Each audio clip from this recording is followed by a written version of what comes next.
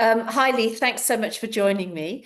It's been a while since I've had you on my show over at Land Cycle Investor, and we had a conversation a couple of days ago about the state of not only the Australian housing market, but also the housing market in New Zealand. And we were discussing as well how long this cycle has left to go, because the government's first home buyer deposit scheme is coming in. It's a government backed subprime mortgage boom that is going to have the potential of really pushing values. And I know within the work that I'm doing at the moment that there's a lot of buyers that are rushing to get in prior to this coming in because they have this concept that prices are going to soar up after it. And then you've got the buyers that are waiting for it to come in that are then going to come into the market and try and get in quickly, because I think all of us know that it's going to be priced in probably over the next 3 to 6 months. So we have got quite a bit to talk about. And I know that you've come along with some slides as well that you've put together and some data that you've put together, which is going to be fantastic. So where do we start? I'm sort of tempted to start talking about what's going on in New Zealand, because we kind of ignore that market. And within the concept of what I discuss, which obviously is the 18-year land cycle, and I've written a report, which I will link to in the notes that I send out to my subscribers, about why how New Zealand correlates with that 18-year cycle, and indeed whether it does at all. But New Zealand's pretty much already had its crash. And the RBA have lowered the cash rate and lending rates have come down, but it hasn't really stimulated the market or produced a turnaround in what's going on with its land values over there. So do you want to sort of launch in and give me some, you've been writing about it, analysis of what you're seeing? Yeah, for sure. So New Zealand's quite interesting. So New Zealand had the biggest, I can't say the biggest, there might have been another country in the advanced world that was bigger, but out of the countries that I track, New Zealand had the biggest boom during the pandemic, and its values just got, if you think Australia's values are nuts, New Zealand's went even higher. And they had a monster house price boom during the pandemic. And then the last several years, they've had a pretty monster house price correction. And that's been driven by a few things. So obviously the Reserve Bank in New Zealand lifted the cash rate to a peak of about 5.5%. So it was lifted up very high. That obviously, choked demand there, but also the New Zealand government brought in some, back in 2019, actually before it boomed, they actually brought in negative gearing restrictions. So similar to what Bill Shorten was proposed a couple of years ago. They also brought in a effective capital gains tax. It's called the Bright Line Test, which basically means that if you sell a property within 10 years, you got to pay tax on it, if you're an investor, that is. And then the Ardern government also made it so you couldn't actually she actually tightened the negative gearing policy. So instead of not being able to claim the mortgage payments against your wage and salary income, she actually made it so you couldn't claim your mortgage payments at all. And it effectively could only carry that forward, a bit like a sort of capital gains tax type thing, whereby future rents you can claim against the future rental gains you can claim against your past rental losses. And, all those things have coincided to basically kill the New Zealand housing market. And it's been, look, I actually think it's a good thing. So New Zealand's home prices now, in nominal terms, they've fallen about 17% from their peak. But in real terms, that's once you adjust for inflation, they're actually back to where they were in late 2019. So they've basically given up all the gains during the pandemic and they're back to where they were in 2019. Now, also with mortgage rates coming down, the mortgage repayment affordability now in New Zealand's back to 10-year lows. I think it actually might be lowest in 12 years. And the house price to income ratio in New Zealand's also down to 10-year lows as well. So it's been really good for affordability. There has been some other factors. New Zealand's net overseas migration has fallen to 2.5-year lows. So they've actually had not just a reduction in non-Kiwi resident, foreign-born people coming in. There's still about 60,000 of them came in last year or in the year to July, but they've actually had a pretty big exodus of New Zealand citizens out of New Zealand, and most of them have actually come to Australia. So, so New Zealand's net overseas migration, so the population demand side of the equation is also taken a big haircut as well. And then, of course, the New Zealand economy is pretty bad at the moment. So it's had a pretty brutal per capita recession, worse than ours. And it's also its wage growth, its unemployment rate is about 1% higher than ours. It's got a higher underutilization rate. And that's part of the reason why a whole bunch of Kiwis are now coming to Australia, because our unemployment rate is lower and there's better opportunities here, or at least perceived. And also their wage growth has stalled as well. So, it's a perfect storm. Now, the Reserve Bank of New Zealand has actually cut the cash rate there to 3%. So it's cut it by 2.5%. They're expecting further cuts. Despite that, the prices are still falling according to all the indices, whereas the Real Estate Institute in New Zealand, Cotality, or Trade Me, or Quotable Values, they're like the four sort of indexes they use over there. They're all falling. And one of the reasons why they're falling is they've actually, their stock for sale is at the highest in, I think it was like 14 years. So they've got a whole backlog of homes of listings over there. So it's a very weak market. The rental market's also stalled as well. So it's basically they've actually had rental price falls too, partly, mostly because the net overseas migration is so low.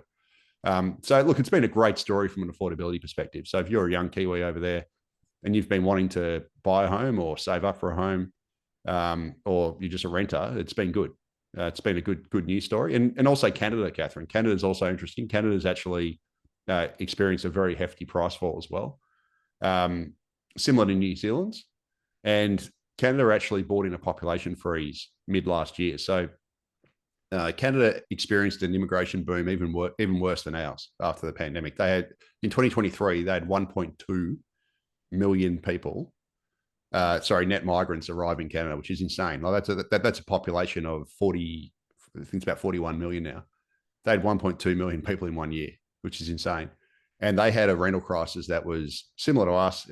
Rents went through the roof, vacancy rates hit record lows, caused all sorts of problems over there. And the government mid last year, actually implemented a population freeze, and effectively population growth's almost gone to zero now in Canada. They've had an exodus of temporary migrants. And as a result, Canada's asking rents have actually fallen for 11 consecutive months.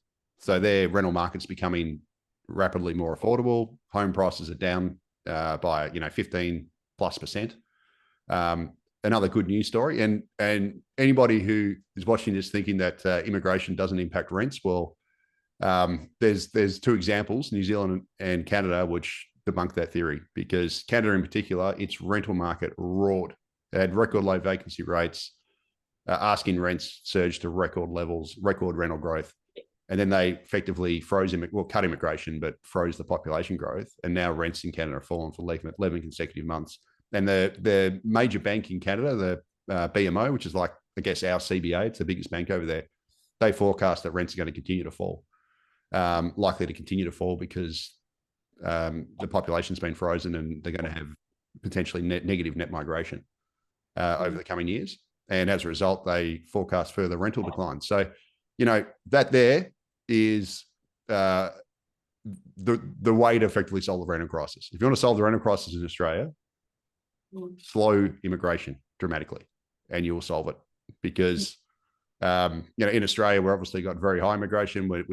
Immigration's population demand has been running way ahead of supply for years, and at the moment, it's continuing to do so. And as a result, it's pushed rental vacancy rates down to near record lows, and it's pushing rents up. So the solution there is to not do that, and to copy Canada, and to also copy New Zealand and slow immigration. It's pretty obvious.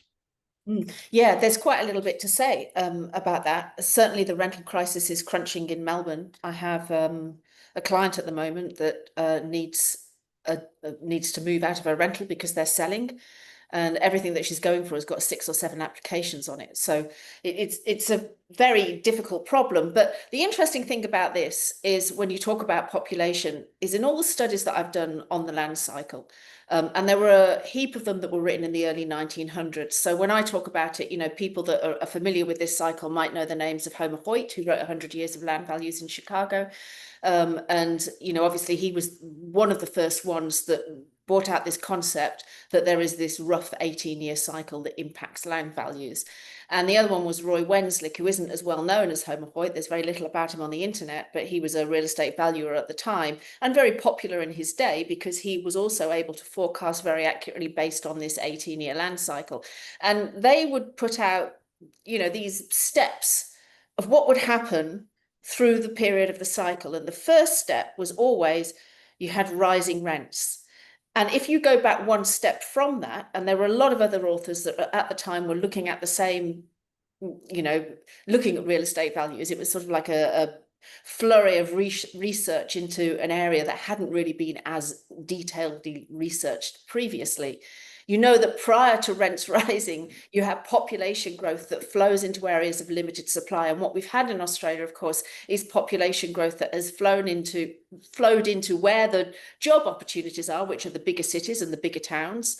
And that's what has produced this. We don't have enough immediate rental supply to house this population, whether it's being held off market vacant, or whether we just haven't built enough, or whether we just don't have it. It still produced the wave of what we've seen, which is it has given a support to property prices and to property values, because when the incomes of the land rise, that obviously gives the banks more to lend against when someone goes for a mortgage. So it's interesting to hear you talk about that, because that would be why New Zealand is kind of bucking the trend for this cycle. It's not just a case of it had rocketing rises in interest rates, it's the fact that it has lost on its population. But the other thing that I think is interesting is when you talk about, oh, this is great for New Zealanders, it's great for affordability. Yes, it is. But additionally, in my experience, I know that when markets become affordable is when my clientele almost disappear in the work that I do as a buyer advocate, because nobody really wants to buy in an economy that is choreographed around the land market, and an economy that is geared towards speculation, because we tax income, how we tax income and productivity, and how we tax land. People have the idea that when they buy a property, they want the price to go up.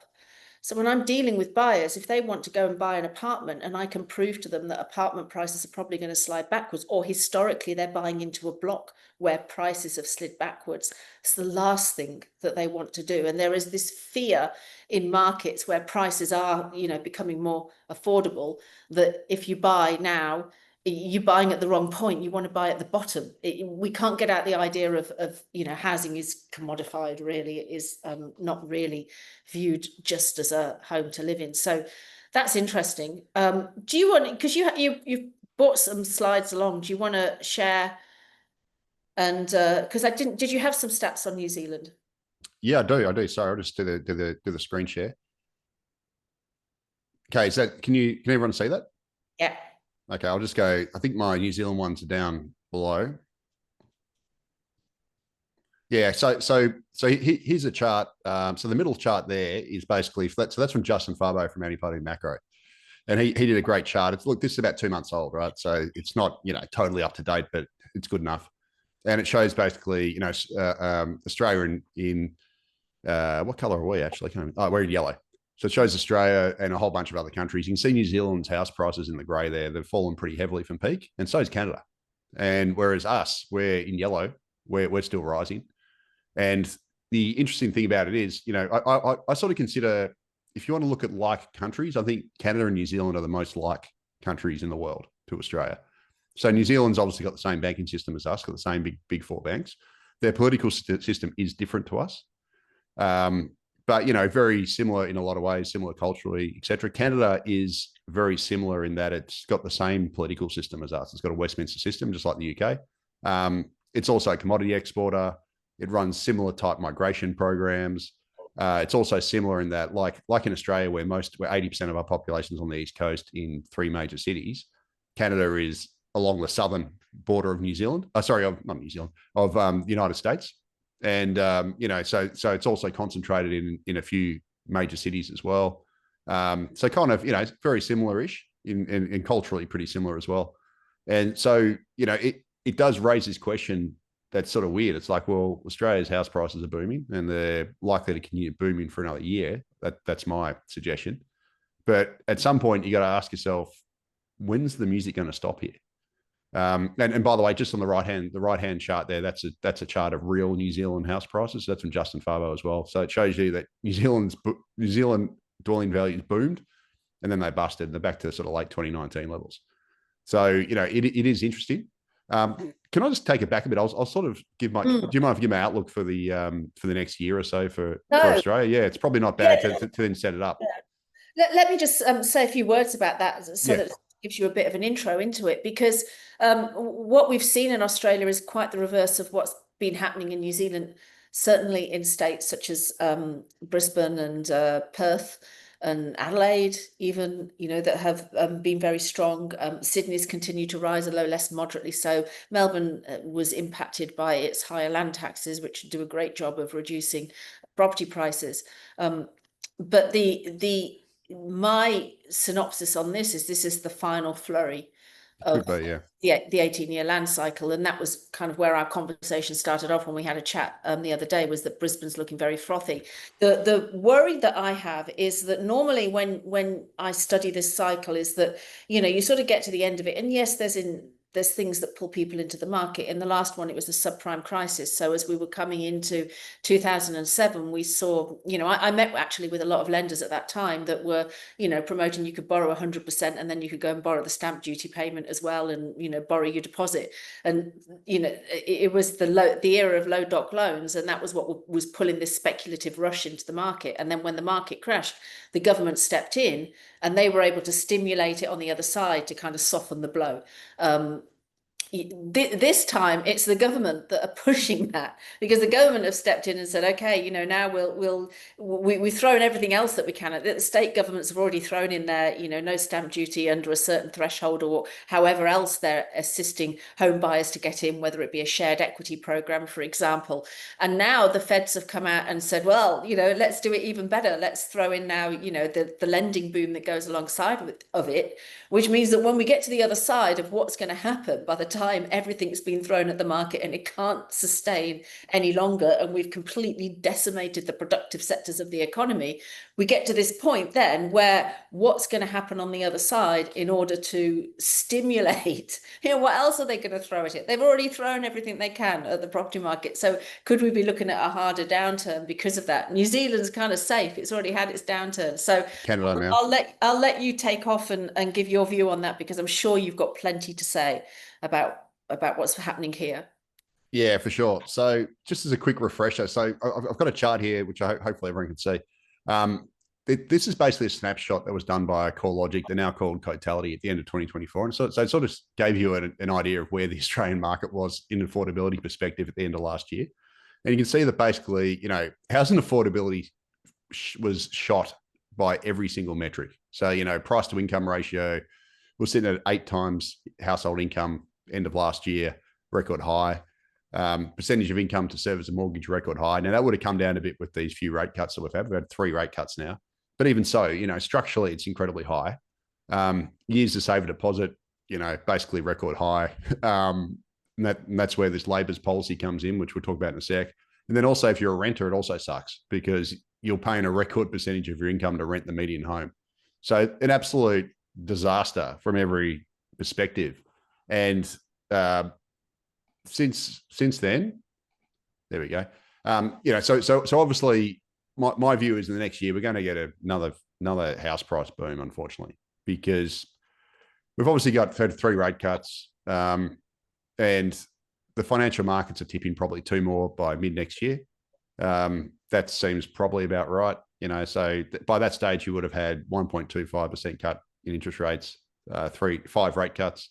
And as this chart on the right shows, so the chart on the left is basically the financial markets betting their projections on the cash rate. So as I said, 2 more rate cuts. The chart on the right, this basically was from the AFR. CBA did a separate one, which I could have put in, which showed the same thing. And it basically says, and they examine past house price booms. And they said that typically 2 years after the start of an interest rate cutting cycle, home prices rise by at least double digits. And, I think this time will be pretty similar. I think it'll be probably, lower double digits just because prices are already starting from a very, very high base. So that's obviously not great.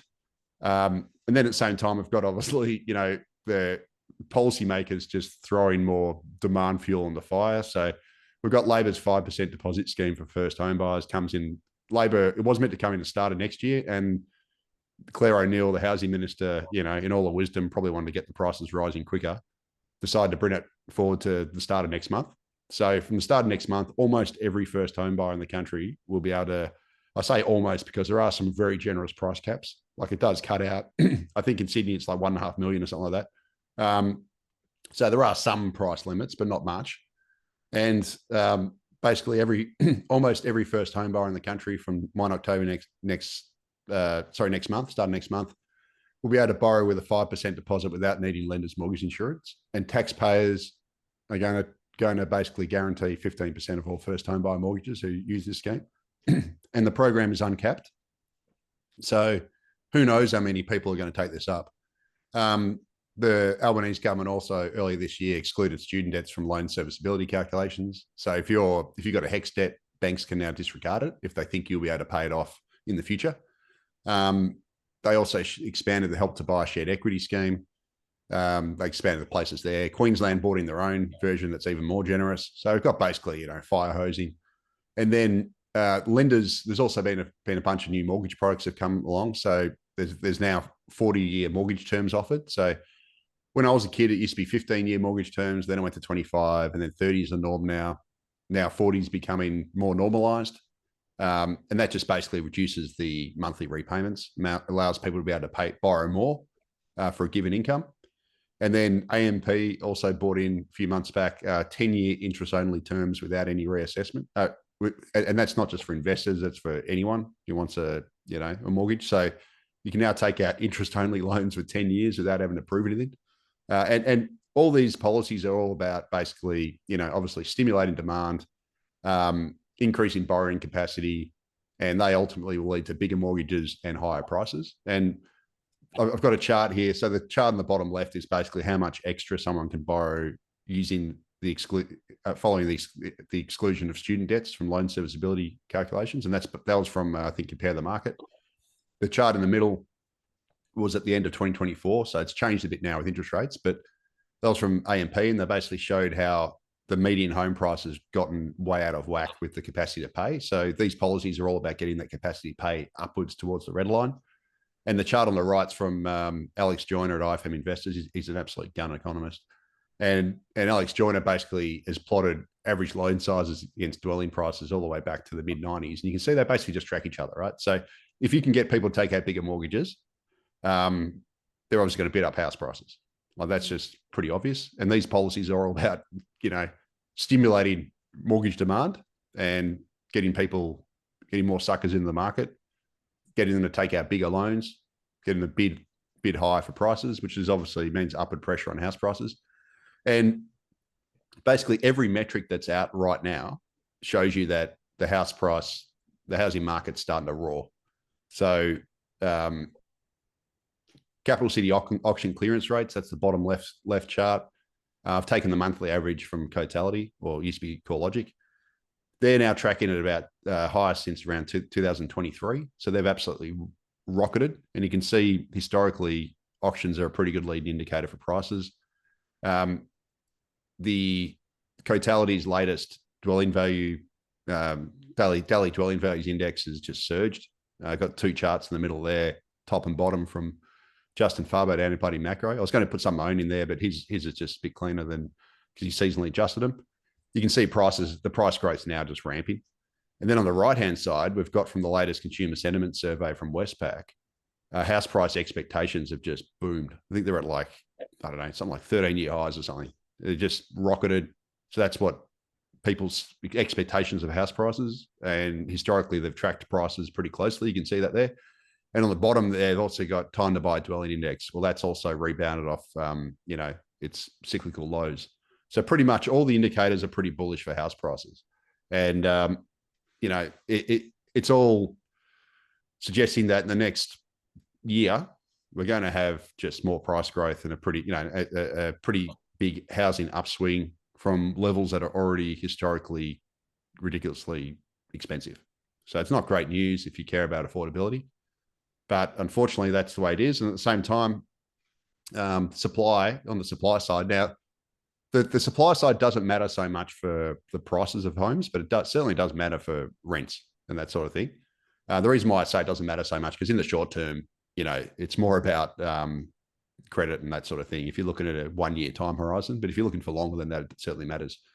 And Shane Oliver at AMP, he's a really good economist. He estimated that Australia's current housing shortage is between 200 and 300,000.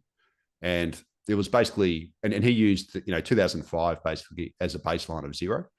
And in 2005, Australia's immigration program ramped up. Right, we had a massive increase in immigration. It's been high ever since. And effectively, he attributed the surge in the shortage to obviously immigration demand exceeding supply. Now, the National Housing Supply and Affordability Council, that's the federal government's own advisory council on supply and affordability. They put out a report 2 months ago called the State of the Housing Market Report.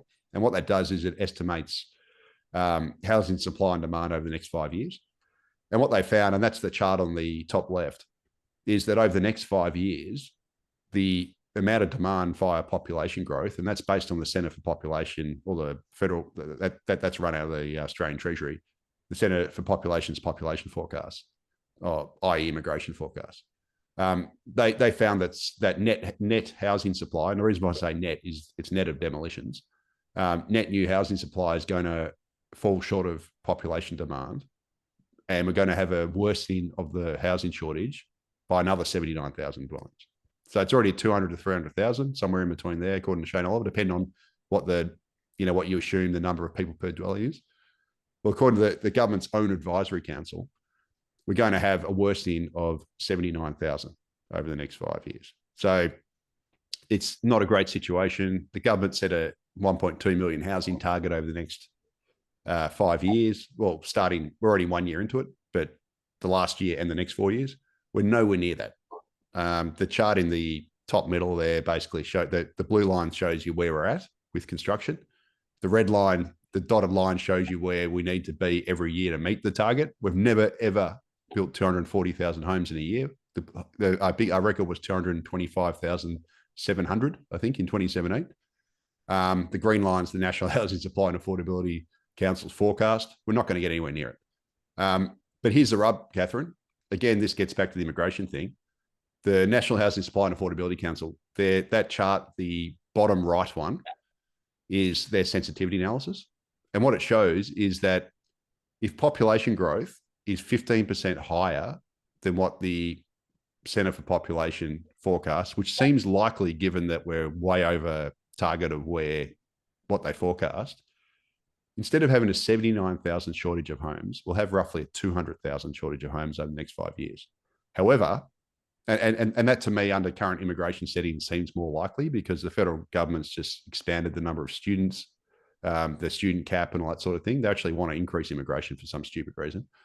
However, what they also showed is that if population growth 15% less than what the Centre for Population forecasts, instead of having a 79,000 shortage of homes over the next 5 years, we'll actually have a surplus of 40,000 over the next 5 years. So that there tells you in black and white, according to the federal government's own advisory council, that if you want to solve the rental crisis or the structural housing shortage, you've got to cut immigration. Because if we don't, the shortage is going to get at least worse by 79,000 a year and possibly 200,000. But if we just slow population growth by just 15%, the housing shortage will improve by 40,000 homes over the next 5 years. This is not rocket science. This is basically what Canada's discovering right now. Canada has, as I said, frozen population growth. And so they've had negative net migration effectively because a whole bunch of temporaries have left. And Canada has had 11 consecutive months of falling rents. Not rocket science, right? Supply demand. So that's a pretty important thing. And unfortunately, the latest migration type data, I can't call it the official migration data because we've only got official data back to the fourth quarter of last year when we had 340,000 net overseas migrants. But the Australian Bureau of Statistics releases a proxy, and it's considered a leading indicator for migration because it tracks it very closely, as the chart on the top left shows from Justin Farbo. So the latest net permanent long-term arrivals data from the Australian Bureau of Statistics came out earlier this week, up to July. And what it showed is that over the first 7 months of this year, we had 348,400 net permanent long-term arrivals over the first 7 months. And that was actually up about 5% on last year's record. And it's up over 50% on what it was in 2019 at the start of before the pandemic. So we've actually had a resurgence, it appears, of net overseas migration. And that's a chart on the top left. You can see the bounce back. And what that suggests is that immigration, instead of falling like the government said it would, it's actually rising again. And unfortunately, this has been reflected also in the rental market. The chart on the right is the latest rental vacancy rates from Cotality. And I could have put SQM researchers in there because it looks almost exactly the same.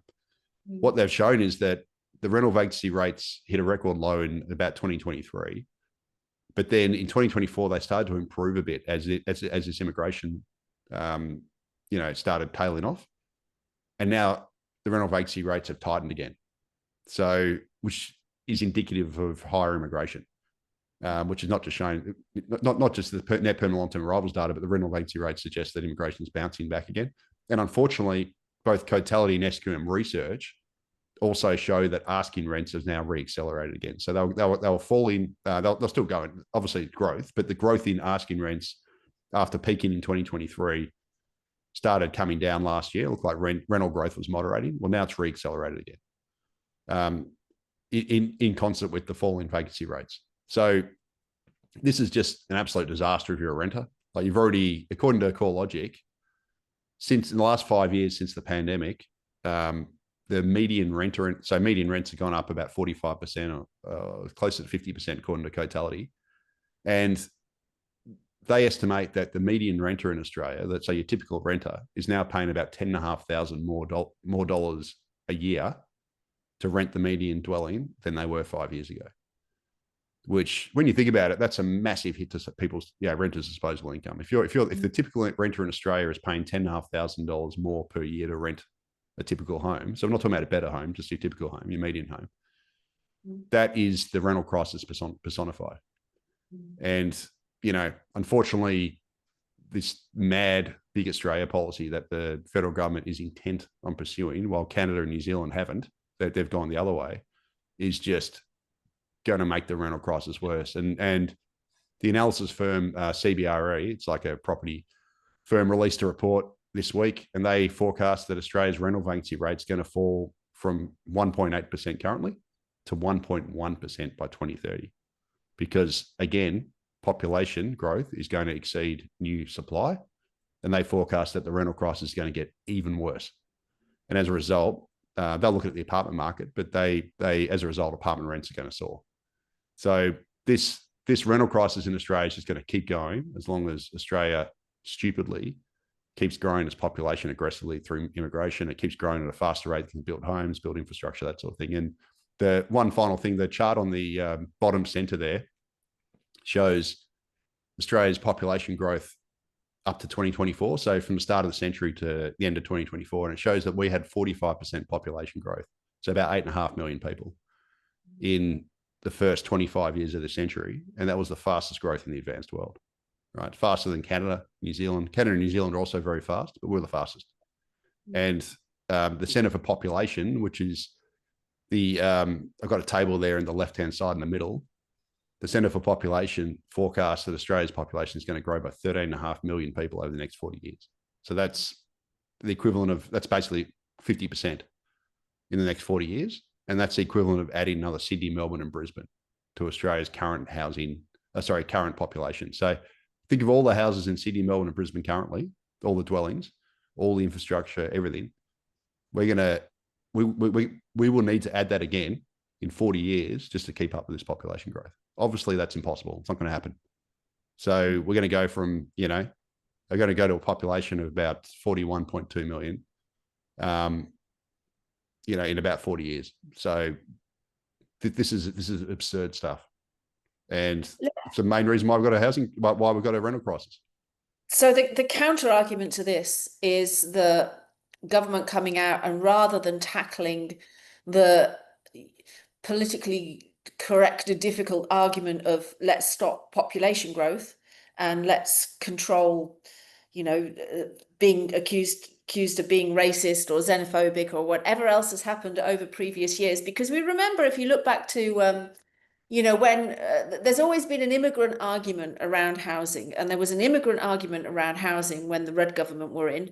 And we had this inquiry into the Foreign Investment Review Board, because the ridiculousness was that even though we had this review board, that you could still come in and bullshit your way into purchasing a property by uploading inaccurate information. And so there was this whole hoo-ha about, I think Kevin Rudd set up a hotline of, if you see Asian That's right. auction, you Yeah, can call dob this them in. hotline and dob them. I mean, it was the most ridiculous, actually, for us that were writing at that time. It was It was actually the coalition. It was under the coalition. I yeah. think that, yeah. Was it? Yeah, I can't Yeah. remember exactly how it all went. I just remember writing about it at the time. It was Yeah. like great fodder for, sort of putting out articles and everything. Was this ridiculous circus that was going on, to try and spot whether it's a foreign person buying at an auction, and then it would just, it was that whole period. And of course we've got a similar thing happening now. You can't take away the fact that when you're adding demand into the market, it's going to have this impact on prices, and now it's having this impact on rent because you're a renter before you're a buyer. And we all acknowledge that. The data is really clear, but the government's response to it is always, well, we'll just build more supply. Let's just Yeah. Which they can't do. well, that's right. I mean, living in Melbourne, I was seeing this with Jacinta Allen's idea that now she's rezoned these great swathes of areas have been rezoned, including all the way down the Bayside, to accommodate high density buildings, so apartments. Basically, it's a flood. The concept is that if we just build a heap of apartments, is going to solve the crisis. So how can we do that as a government? And the way that they're going to do that as a government is to rezone land and tick that box. And It's not going to work. means that if you're a homeowner and your land gets rezoned, I mean, we do have a rezoning windfall tax in Victoria, but this is the concept. So you've got some slides on this. So let's sort of dig Yeah. in of what's going to happen. Aside from the fact that I should say that there's a very small demographic that live in apartments. They're certainly not accommodating to our largest demographic, which are families with kids, or adding to that, families thinking about having kids, where an apartment just doesn't cut it.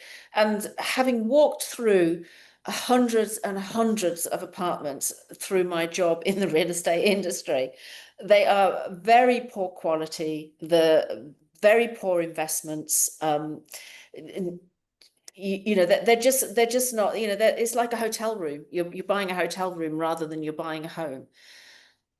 So let's launch in. Yeah. So this whole notion that you can just, magically, so that you can just magically rezone everything, and you're gonna, create all this extra supply is just laughable. And I'll tell you why it's laughable, because, and I wish I'd included some more charts here. If I'd thought about this question, I would have included some other ones that were great, which really show the picture. But at the moment now, we have about 250,000 homes that have either under construction or have been approved for construction, and it's a massive pipeline. So unfortunately, I don't have the chart here, but if you just imagine the pipeline of homes under construction or approved construction just going up like this, right? It's at an almost record level. And what that tells you is that we actually have a whole bunch of backlog of homes that have been approved, but we can't build them, right? We can't build them because there's labor shortages, because the cost of building new homes has gone up by about 40% since the pandemic. There's labor shortages, that we've got high interest rates at the moment, not high historically, but high compared to where they were, say, this last decade when we had the apartment boom. There's also builders are competing with infrastructure projects, with state and federal infrastructure projects for labor and resources and stuff. So that just makes it hard. They're just not available, and they're more expensive. Also, we've seen thousands of construction companies, and many of them are home builders, go bankrupt in the last couple of years because the costs went up like this when they were on fixed price contracts and they couldn't make any money, and they ended up folding. So we've got less capacity. And what really highlights why this is not going to work is we've effectively got a full bath, right? Like if you think of the approval pipeline's full, and they can't complete what's already been improved. So turning on the tap harder and adding more approvals when you've already got a full bath is not great. It's just going to overflow, right? It's just going to mean we're going to have a bigger backlog. And you're not actually going to end up with more homes being built. You're just going to end up with a bigger backlog. So it's not going to solve the problem. And the other reason why it's not going to solve the problem is the bottom right chart here from Michael Matusik. It's about 6 months old, but it shows that the actual cost of building apartments is significantly higher than houses and townhouses, right? So the actual cost to build the structures is insane, right? So according to, so this is from ABS data from Michael Matusik, the typical apartment costs nearly 600,000 just to build just the construction component, and that's not the land, right? So, you know, in the last several months, and I actually wrote about it, we're filming this on the Friday, and an article went up in Macro Business where I actually wrote about this today, and that, you know, Charter Check Kramer, which is a property firm, CBRE, Uberus, there's a couple others as well. They all warn that basically the cost of building apartments is more than what buyers can pay, right? So we've got this problem whereby if the builders want to actually turn a profit, they've got to price it here, but the ability to pay for buyers is here. So therefore, they're not going to get built. And because of that, CBRE, Carter Check Kramer, and a whole bunch of others actually forecast that apartment construction is going to fall over the next several years because they just can't build them at a price that they can be sold at, and that where there's demand, because they're just too expensive. And we've seen residential lot prices go up by about a third since the pandemic. We're seeing construction costs go up by about 40%. Again, we've got that labor shortage I was mentioned. We've got builders that have gone bust. We've got higher interest rates than we had at the end of last decade when we had the apartment boom. All these factors are basically, if you think about it, if you've studied economics, you got supply demand, you effectively shifted the supply curve to the left, which means that at every price point, it costs more to build now and you get less quantity. That's effectively where we're at now. We're now supply constrained. And as a result, this whole notion that, oh, you know what, we can just, we can just magically approve all these apartments. We'll just blanket the place with high-rise approvals, and that's going to magically solve the housing crisis, is absolutely daft, because we can't build them even if they are approved, because there just isn't the capacity to build them. And secondly, they're going to be too expensive, even if we could build them, because of all the costs. All the costs have just been embedded and gone up. So really, the solution isn't on the supply side. I mean, long term, yeah, doing some of the stuff on supply side is sensible, right? We should try and make things more efficient, and productivity in the home building industry sucks, and it's barely grown in about 20 years. But really, if you want to look at the lever that you need to pull to solve this problem, it's not that, because that'll take years, if at all. And do we really want to live in high-rise shoeboxes as well? Like, is that really, do we want Melbourne to be 9 million people by the 2050s, which is the official forecast? I live in Melbourne. You live in Melbourne. I don't. I think it's going to stink if it's like that. So the optimal solution is really, and the fastest solution is to cut immigration, because the fact of the matter is most people don't support these insane immigration levels. And it's not about racism, it's about livability and about actual practicality, about how much our cities can take and still function properly. So, the solution is to follow Canada, follow even New Zealand. Like, New Zealand's happened more out of happenstance rather than, deliberate trying to cut immigration. But whereas Canada's has been deliberate. But, we should be running a much lower, commensurate to the early 2000s, when net overseas migration was tracking at about 120,000 in the early 2000s, versus last year we're 340,000, and it looks like it's going up again. So, we should be more trying to run those 120-ish thousand net overseas migration. And the way you do it is you focus on quality over quantity. So you go for absolutely the highest skilled migrants who solve genuine skill shortages.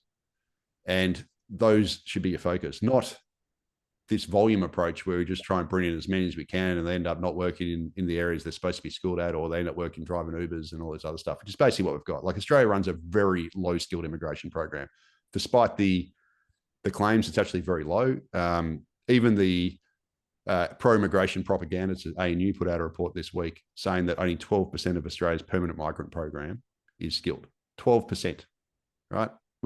And ridiculously, even they admitted that only out of Australia's total migration program last year, which was 340,000, only about 5,000 worked in construction out of that 340,000.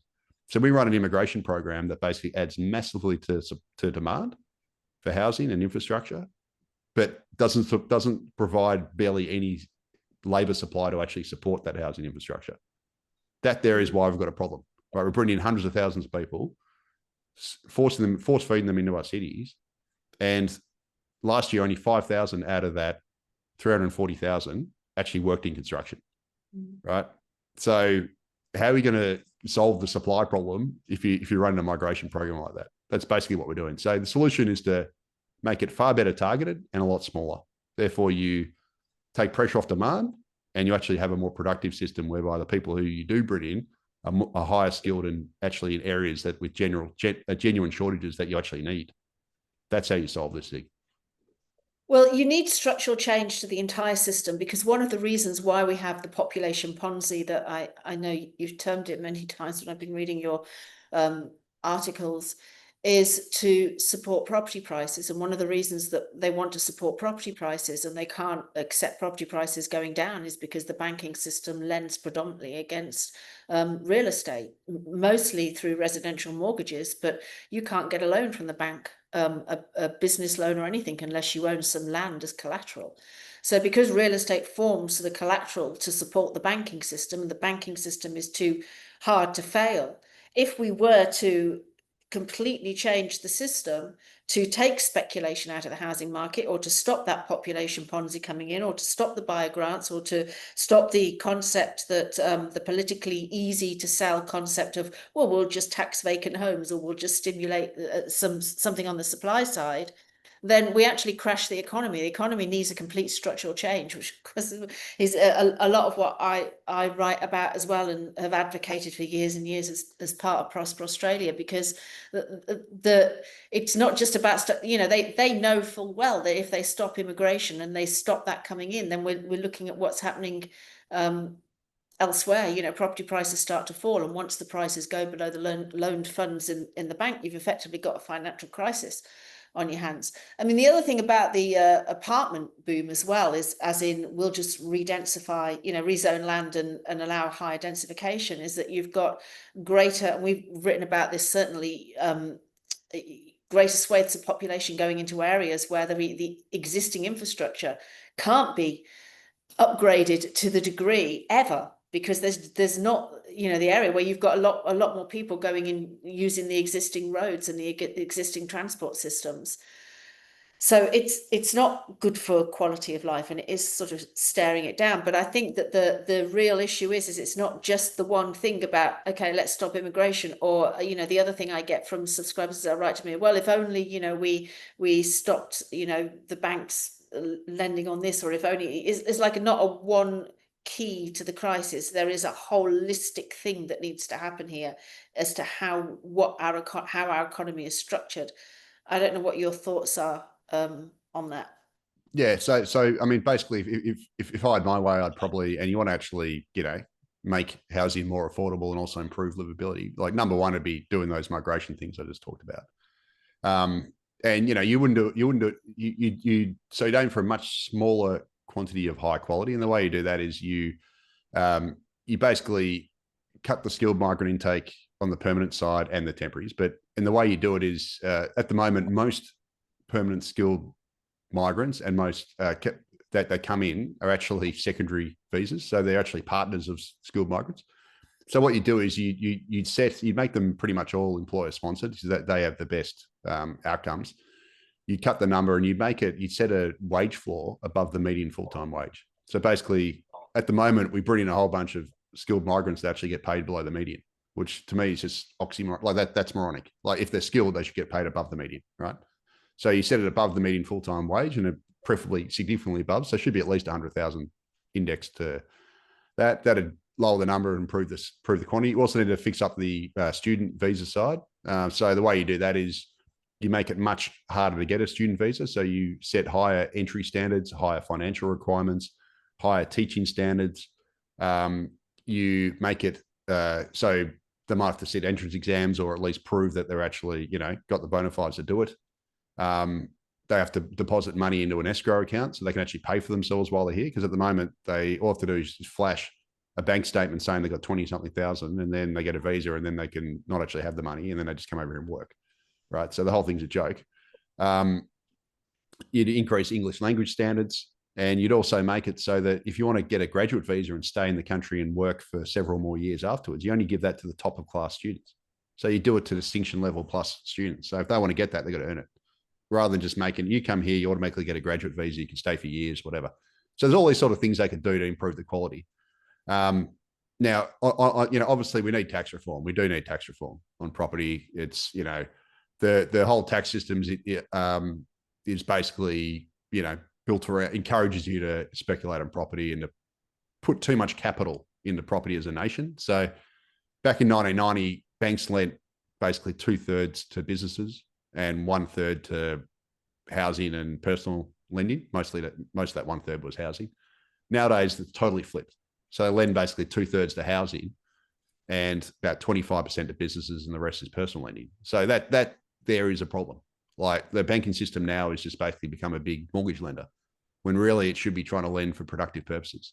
So we need to basically, whether that's to change the capital rules, the Basel capital rule type things. Also, we should obviously, look at negative gearing and capital gains taxes and all that sort of stuff, and maybe land taxes as well, if that's possible. That's probably, can that be done at the federal level? I'm not sure. That's something. Well, at one point, so yeah. So that I mean, you can speak to that better than I can, but all these things need to be done. But the quickest and easiest one would be to do the immigration route, because you don't have to go through all the other stuff. You can do it pretty quickly. And also, I'd argue, if you're a first home buyer, high immigration is the worst for you, because it pushes up rents. So if you're a first home buyer, you typically rent first. So it makes it harder to save for a deposit, because you spend all this money on rents. And you're spending more than you should because of high immigration. And then it also puts up a pressure on house prices. So then when it's time to buy, you then got to pay more as well. So it's a double whammy if you're a first home buyer. You pay more in rents, and then you pay more to buy from high immigration. Whereas something like negative gearing doesn't affect the rental side. It only affects the price you pay for. So I argue that immigration is actually worse if you're the first home buyer and you're looking to get in the market, because you get hit on rents and you get hit on prices. Whereas negative gearing and capital gains tax concessions, you only get hit on prices. Not saying you shouldn't do both, but that's why I favour that. But just, I know you're the interviewer, but I just wondering, should we talk about what we like when this mess is going yeah, you haven't done that yet. Yeah. So I mean, I put out something about this last week, or was it the week before? I can't remember now. I get lost in what I'm writing, but it's we're right in the final stages now of the 18-year cycle. What that means is we're right in the final stages of the part where it goes to the peak. We've now got the downturn to come before the whole thing starts again. And I can't see that there being any more ammunition that can be thrown at the market other than what we've got now, which is, potentially another 2 cuts of the cash rate if the markets are right, and then the 5% deposit scheme that's coming in. So this is a time really for people to take stock, because there's also some markets in Australia which the other thing I wanted to talk to you about was the ones that we were discussing that look very frothy, such as Brisbane. And it's about timing this so that you get out of the market prior to the end of this cycle. And I know that your readers won't be overly familiar with what I write about, but what I write about is a very, very well researched cycle that works pretty much like clockwork. Is probably the most important cycle that you need to understand out of all the economic cycles that were talked about by legendary forecasters such as W.D. Gann. It is the harmonic of many of those longer cycles, and that is this 18-year cycle. And once we get to the end of it, we're looking at a looming financial crisis. And the financial crisis I'm talking about on the scale that we had in 2008, or on the scale that we had in the early 1990s, or the scale that we had in 1974. So this is no small fry. This is something that is going to rocket unemployment. It is going to cause a substantial stock market downturn, and it is going to, this time, unlike what happened in COVID or unlike what happened in the early 1980s recession, is going to cause a substantial property market downturn. So this is the final burn off, and it's about assessing how far prices can go. And in my research that I've done, and if I look back of sort of what's happened in previous home buyer grants, and there's no end date for this one, But they get priced in very quickly. They get priced in over around 6 to 12 months. I would say 12 months on the absolute outside. So my forecast, and I'll let you have a go in a minute, but now you've given me the floor for a second, I'll run with it. Is that, we're seeing now, I don't poo-poo clearance rates. I know that I'm very good friends with Louis Christopher, and respect the fact that there's a lot that aren't reported or anything, but it really doesn't matter to me. It doesn't matter, because the clearance rates pretty much give you a pretty good leading indicator of where Yeah, prices are going. it's directional. Correct. So, I tweet those out each week, to much hatred from the Twitter community. And they're into the 70s now. I know from the index that I follow, once they push into the 80s, we probably haven't got far to go. They cannot sustain that in the 80s for a long period of time. They never have been able to, but that is your boom market. Gosh, I remember, I think it was actually back in 2007 where I remember that they hit 90% or something like that. I can tell you, I've got the chart. I do, yeah. Yeah. So I'm telling you right now. Oh, that's really interesting. Okay, you've got the chart. That's good. yeah. So I'm going to go. Hang on. Sorry. Oh, there So we go. So the chart on the bottom, the chart on the bottom left is right. That's the monthly average from Cotality, Okay. going back to 2009. So you can see, looks like 2021. Maybe it doesn't go back far enough, but basically you can see that the clearance rates, got up to 80 just after when house prices were roaring, when the RBA cut interest rates. Yeah. A couple of years ago. So, but to your point, like clearance rates on their own, whatever, but as a directional indicator, they're pretty good. You can see there, I've got the quarterly growth rate against clearance rates. They track very closely. Yeah. So you can't really, that's the way I use them. I don't really care about if it's 70 or whatever, or 78 or 70, 71 or 72. It's the directional stuff that matters to me. There's no real thing, I used to work as a sales agent, and the way that it works with clearance rates is that, you do your auction and then you call up the data agencies to report it. And sure, if you didn't sell at auction and you're waiting to see whether you can get a sale at the end of the day, because it's still, if you get a sale after auction, right? So if it passes it and you can still do a negotiation on that day or the next day, you can still ring in and report that it's been sold. So the midweek ones, when all the reported have come out, then you'll find out really what hasn't sold and what has sold. But it's not so much of a sort of design plan of, well, I'm not going to report, now, and we've somehow got this, sort of thing going. You're just too busy on a Saturday doing your open for inspections, getting it through, doing your auction.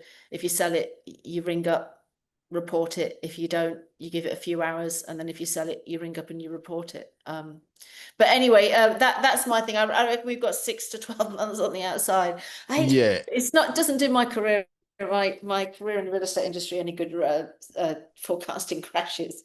But well, what the hell? Well, I mean, my whole point here is, again, I'm not sure. Hopefully, the charts are showing for you, but again, if you look at New Zealand and Canada, there's no reason why Australia can't follow suit with those two countries. Now, they obviously haven't had financial crisis and stuff, but they've had hefty corrections, and Australia hasn't. And there's no reason why we couldn't, especially if you look at the bottom table there. This is the median dwelling values from PropTrack, as of August, right? If you look at the 5-year growth rates there, Brisbane, Adelaide, and Perth have all gone up about 90%. In the last 5 years. They are incredibly frothy housing markets to me, especially Brisbane. So Brisbane's basically, 5 years ago, Melbourne was the second most expensive housing market in the country. And it was so much more expensive than Brisbane. Brisbane seemed uber cheap.